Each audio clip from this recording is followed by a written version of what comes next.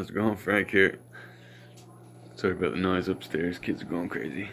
So, system's been running about a year now. A little bit over. Well, between all the systems.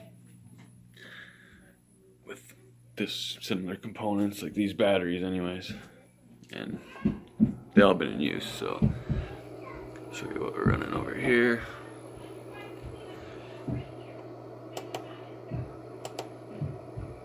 Doing 10 amps on this guy, and we're doing 16 on this guy, and we're doing 23 through the house. So we are working better than we are charging a bit. We're at 13. It's been running for a while, so there's another heater that kicks on to the bathroom. It's off right now. It'll get up to about 3200, about 27 amps, 27 and a bit amps. So this is what's running inside the house right now for heat. We're going up a bit. 2000 watts,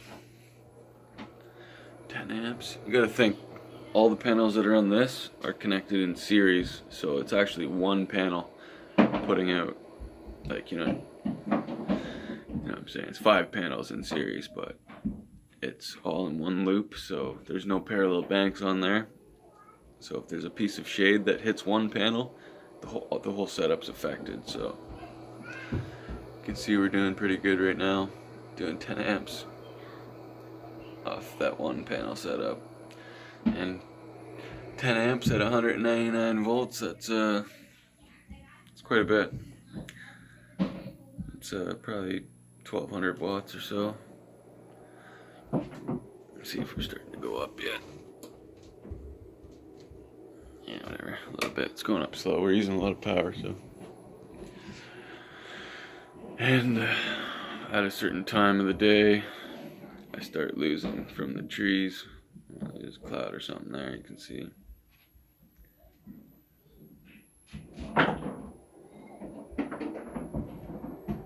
This one went right down to 800 watts, back up to 1800. Yeah, it is cloudy out there today a bit too, so you can only expect so much from these guys on a cloudy day.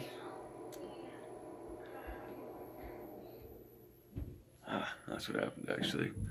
One of the big heaters shut off. Now it's actually cycling through the power. You can see.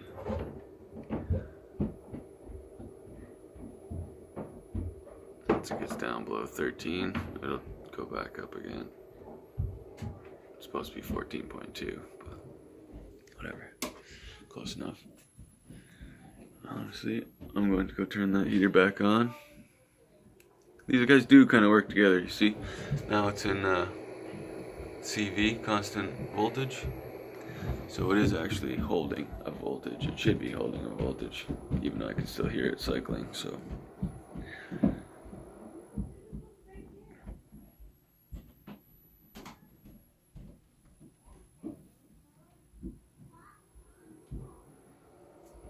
But other than that, she's running great.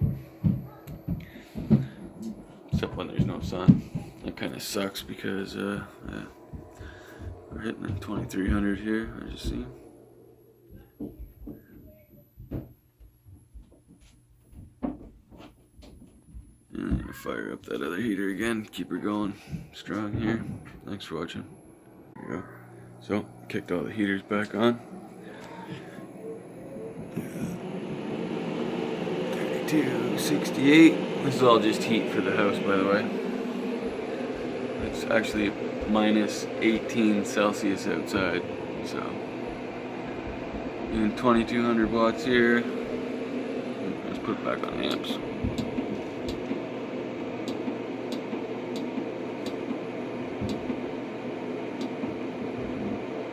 So 17, 10, 27. We're pretty much just breaking even right now. But I'll let this run for quite a while like this if I can.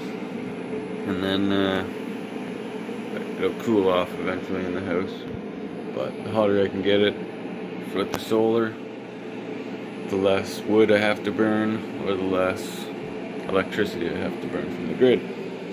So it is helping on days like this. It makes a huge difference. You see the wood stove. There was a fire in here put a log in from last night. I just like to keep it smoldering while the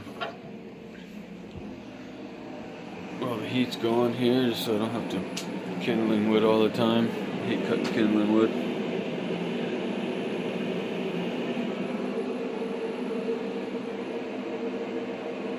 Pretty standard.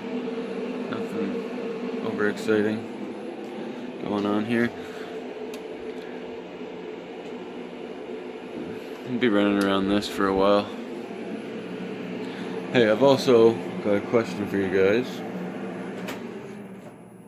I found this video where a guy is talking about electrons and stuff like that from positive and negative plates and how batteries kind of think, I guess you'd say.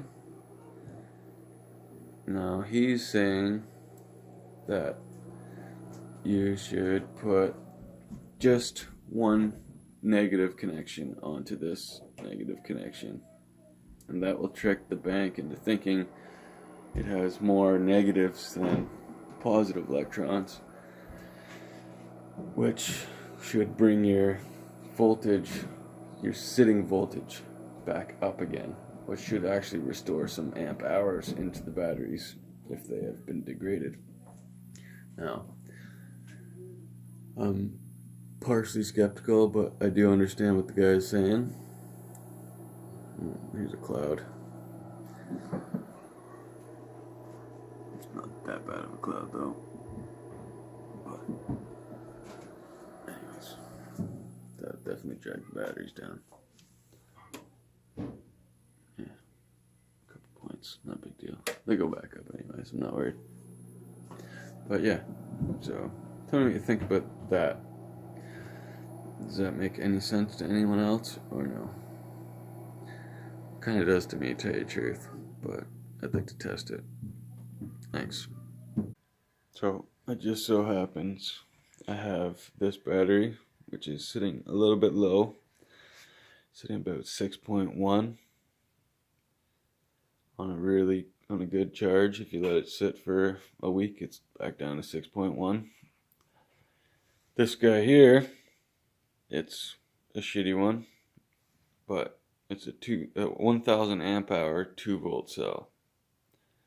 So I'm just, I don't know, trying to think of the best idea. This guy claims to use a 9-volt, just a regular 9-volt battery on a regular 12-volt cell. But he says you can use any type. All you're trying to do is trick the battery to thinking there's more negative space than positive space on the plates or wherever. You know, I'm not 100% on batteries, but this is my idea of it. And yeah, it will help the positive plates regenerate more or something. We'll just see how well it works, if it does work, because I know the state of this battery.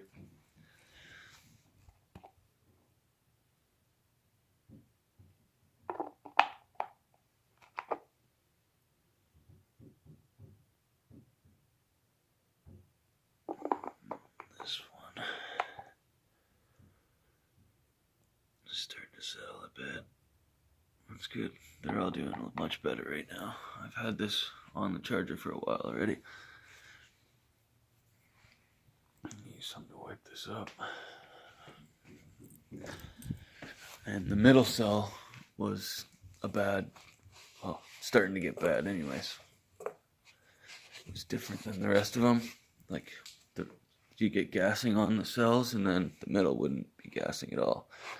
So these are really good batteries, and there's no way I'd toss one out or nothing like that.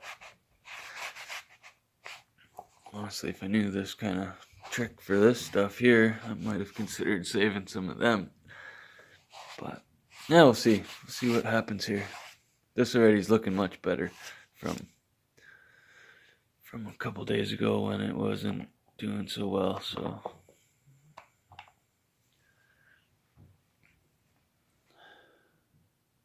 and it's taking current. It hasn't stopped taking current. So hopefully it will stop taking current eventually. But we'll see how it goes. Thanks.